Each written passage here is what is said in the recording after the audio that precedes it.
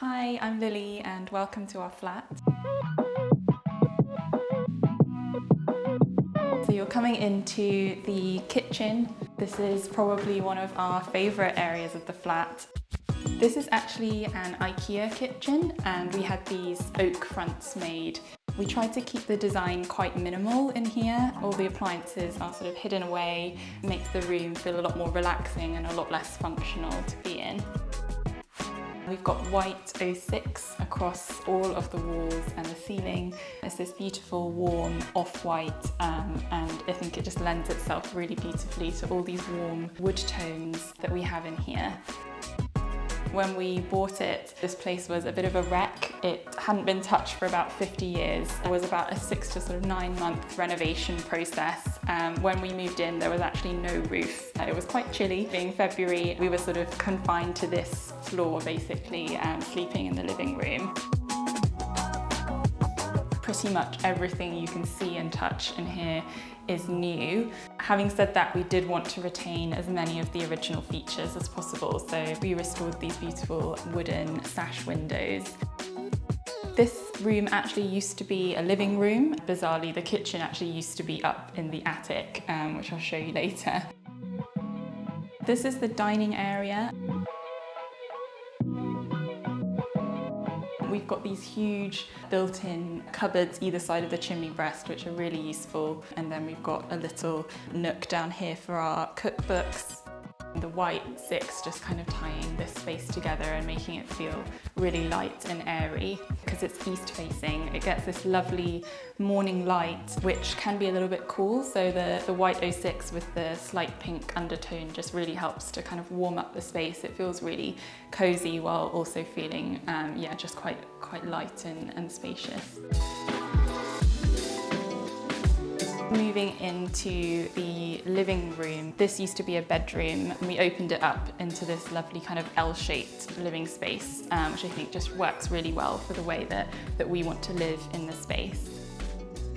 This is the room that we spend our evenings in predominantly, so we've gone for slightly kind of richer, warmer, cozier colours in here. So we've got pink 01 across the walls, and then on the ceiling we have white 06, which just helps tie it back into the kitchen diner. The spaces feel linked because they've both got the kind of pink undertone, but it's just a kind of subtle change in mood as you come into the living room. In terms of design, I'm really drawn to Scandi design principles, so light and space, natural materials, and that was probably my starting point for the whole design. Is minimal, but it's also warm. My partner and I worked really well together as a decorating team, though I will give him credit where credit is due and say that he did the majority of the painting. He was really on board with this whole project, even though it wasn't probably something he'd ever imagined doing. We're really lucky to have lots of kind of creatives and artists in the family. So this piece here, which is being slightly taken over by the jungle, is by my dad, who is a sculptor, and this came over from Taiwan, where my parents live. My other favourite thing about this room would probably be this original fireplace. We had no idea that this was here. It was obscured behind a kind of old 70s electric fireplace, so it was a really lucky find. I think it just brings so much character to the room. We actually found 4 hidden fireplaces in the flat, so we've kept a couple of them. I think we thought 4 was overkill. So now I'll take you down the hallway into the bathroom. So this is actually the first room you see when you come into the flat. I find it quite funny that the first thing that people see was this giant tub. I think it took about 5 guys to carry this in. Our builders were not happy. We've used Taupe 03 across the walls and the ceilings in this room. We actually originally painted it white, but then we found it was just a bit too stark. So we used this lovely warm taupe, which really, I think, just softens the room, and it also pairs really well with these sort of the pinky tones in the tiles as well. I also tried to introduce a lot of kind of soft curved shapes in this room just to help balance out and counteract a lot of the kind of harsher lines and surfaces. This piece here is actually by my brother. He's not actually an artist, he's just really good at lots of things. It's of the mountains in Taiwan where we both grew up, so it's really special to me and I think it looks really beautiful here. This is actually the original staircase. It's one of the kind of few intact remaining features in the house. Definitely took a lot of work to bring it back to life, but I really love it, even if it is a bit creaky. We've got white 06 across all of the walls in here, which is kind of our link colour between all of the rooms because it's neutral, but it has that pink tone running through it.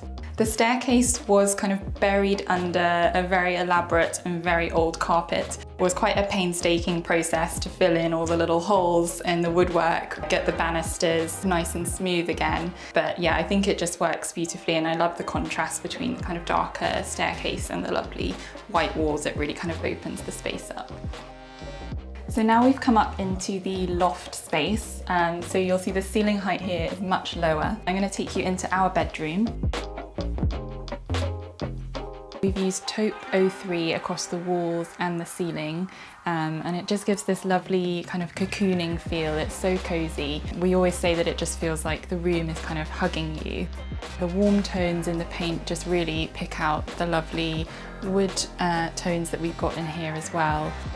I think when you have these kind of quirky loft rooms, I think taking the paint over the ceiling just works so much better because it sort of helps to disguise all of this little kind of nooks and crannies and the kind of weird angles that you get. It sort of magnifies the colour as well.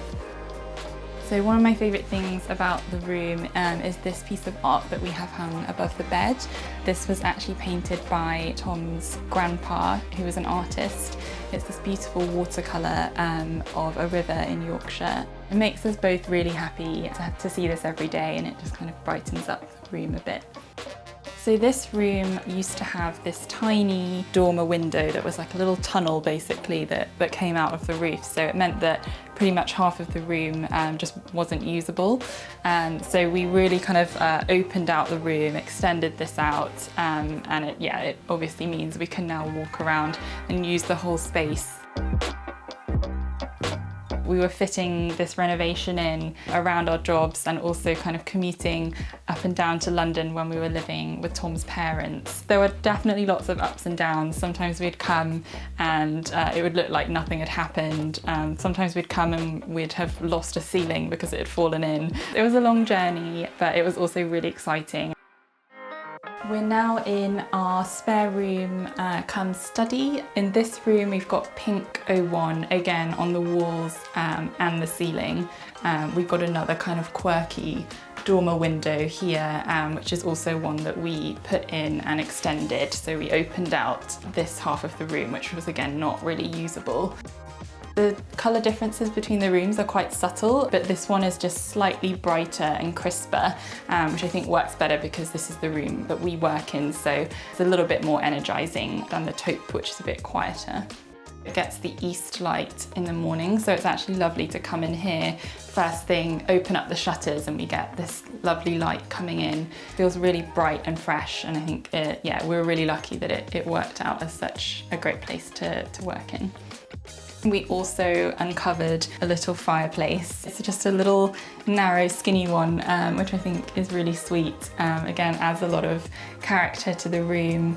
And it also means we've got these little kind of alcove spaces. So we put in these cute little hooks for guests to hang their clothes when they stay. We've had some good reviews from guests. We've got friends and family kind of dotted all over the world. So yeah, this is actually in near constant use. So this is the loft bathroom. As you can see, we've got quite limited head height in here, so it was a bit of a tricky space to design. Believe it or not, this actually used to be the kitchen. It was kind of squeezed up here into the attic. So obviously one of the first things we wanted to do was move the kitchen downstairs. My favourite bit of this room is probably our walk-in shower. I was really adamant that I wanted to build in a shower seat, which feels completely unnecessary and probably is, but it feels very luxurious. We've got pink one over the ceiling, which again kind of links into the room, the spare room next door. I didn't want to go with white because I think white on white would have felt a bit too stark, so I think this is perfect just to add a tiny hint of colour and warmth to the room. We've also utilised this eaves space here, and we've actually managed to fit our washing machine in here and our boiler, so it means that this room can kind of double as a bit of a utility, which is also really practical. These tiles, I absolutely love them. I think they bring so much character to the room. They were quite a challenge to get hold of.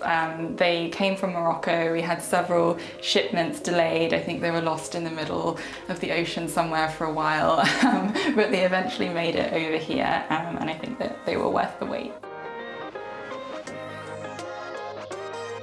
We actually only just hung these 2 drawings here in the kitchen, and I think for me that was the sign that we'd actually finally completed everything, and that was the finishing touch. Thanks so much for coming and seeing our flat. We feel really lucky to be able to live here and experience this space every day. I'm glad that I've been able to share it with you, and thanks for coming along.